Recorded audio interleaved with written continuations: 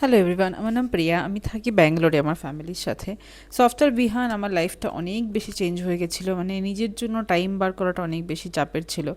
So কোনো রকমভাবে আমি নিজের জন্য টাইম স্পেন্ড করতে পারতাম নিজের জন্য, মানে এই রান্নাঘরের কাজ, রান্না করা, ঘর ক্লিন করা, এগুলো ছাড়া।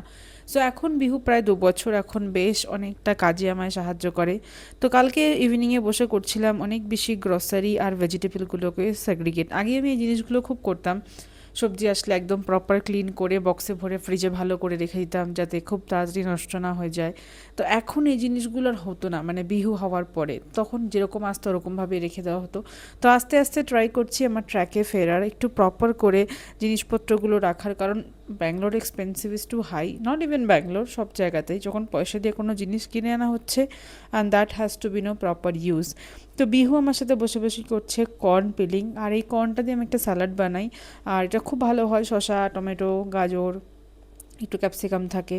আর এইগুলো বিহু বেশ করতে ভালোবাসে, আর বিহু কর্ন ভীষণ পছন্দ।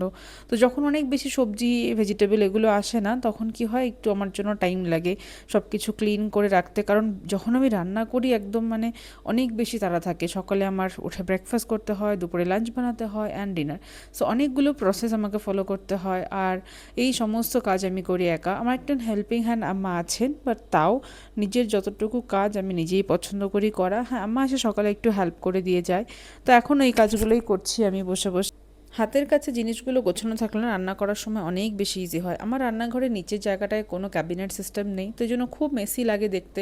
আর ওপরে রাখার এত জায়গাও নেই যে বাসনগুলো রাখবো, তো এই জন্য এভাবেই নিচে আমি রেখে দিই। তো কর্ন পিলিং করা হয়ে গেছে, এখন বিহুকে বললাম তুমি গিয়ে ফ্রিজে রেখে আসো। তো বিহু এখন একটু একটু করে এই জিনিসগুলো বোঝে আর এইগুলো রাখতে যাচ্ছে, দেখেছো, বক্সটা নিয়ে গেল ফ্রিজে, ভালো করে রেখে দেবে। বাকি সবজিগুলো আমি এরকমভাবেই রেখে দিলাম, এখন আর কিছু করবো না, যখন রান্না করব তখন নিয়ে কেটে রান্না করে ফেলবো। আজকাল আমার সাম্বার খেতে ভীষণ ভালো লাগে।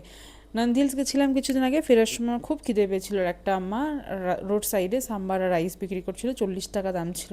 ওই সাম্বার রাইসটা খেয়ে আমি এত বেশি ফ্যান হয়ে গেছি, এখন আমি বিভিন্ন জায়গার সাম্বার রাইস ট্রাই করি। আর রিসেন্টলি আমাদের এরিয়ার একজন আম্মাকে পেয়েছি, উনিও খুব ভালো সাম্বার বানায়। এই জন্য সাম্বারে যে সবজিগুলো দেয় বাজারে গিয়ে ওই সবজিগুলোই এখন নিয়ে আসি।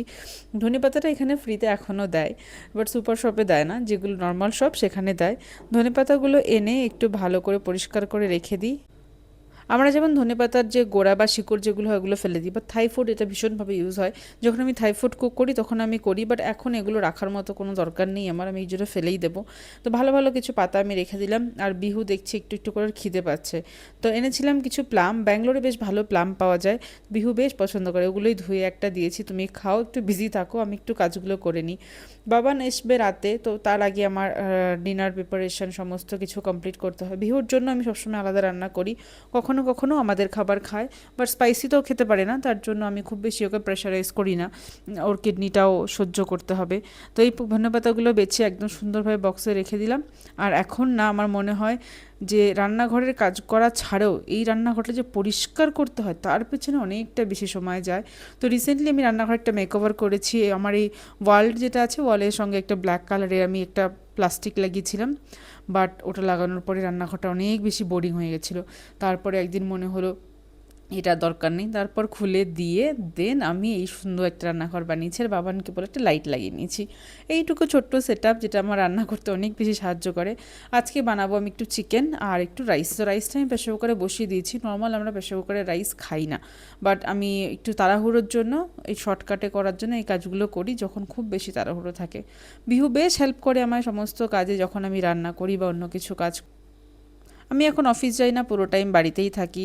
তো অনেক কিছু নতুন নতুন জিনিস আমি ট্রাই করি, যেগুলো মনে হয় যে না অফিস না গেলেও আমি অন্য একটা জায়গায় সময় দিতে পারছি।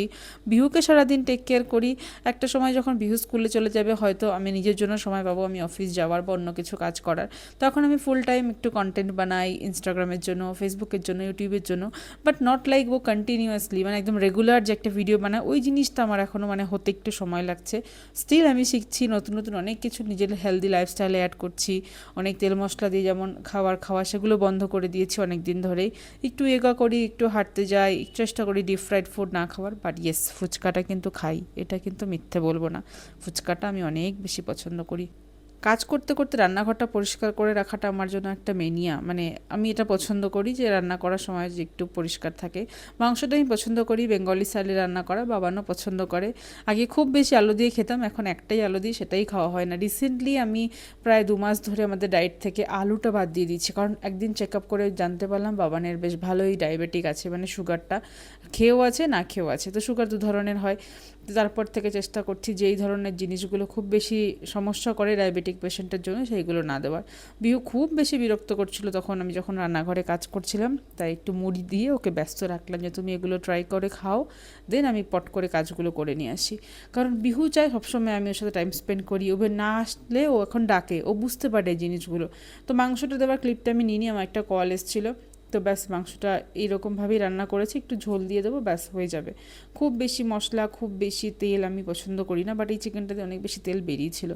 তারপর দেখলাম যে রাত্রেবেলা বাবান আসার পর খাওয়া দাওয়া করে ডিনার কমপ্লিট করে যখন বেডে গেছি, তখন বাবান চেক করলো আমার একটা পার্সেলটা দুপুরবেলাতেই এসছে, বাট আমি ওপেন করিনি। এটা হচ্ছে বিহুর বার্থডের জন্য একটা ড্রেস, নট বিহুর, এটা আমার ড্রেস। বাবান বললো ঠিক আছে আসো এটা ওপেন করে দেখি। তো বাবান এখন করছে আমার এই পার্সেলটা ওপেন। বিহু খুব ইন্টারেস্টিং দিয়ে বসে থাকে আমরা যখন কোনো কাজ করি, ওর বেশ ভালো লাগে, ও খুব এনজয় করে জিনিসগুলো।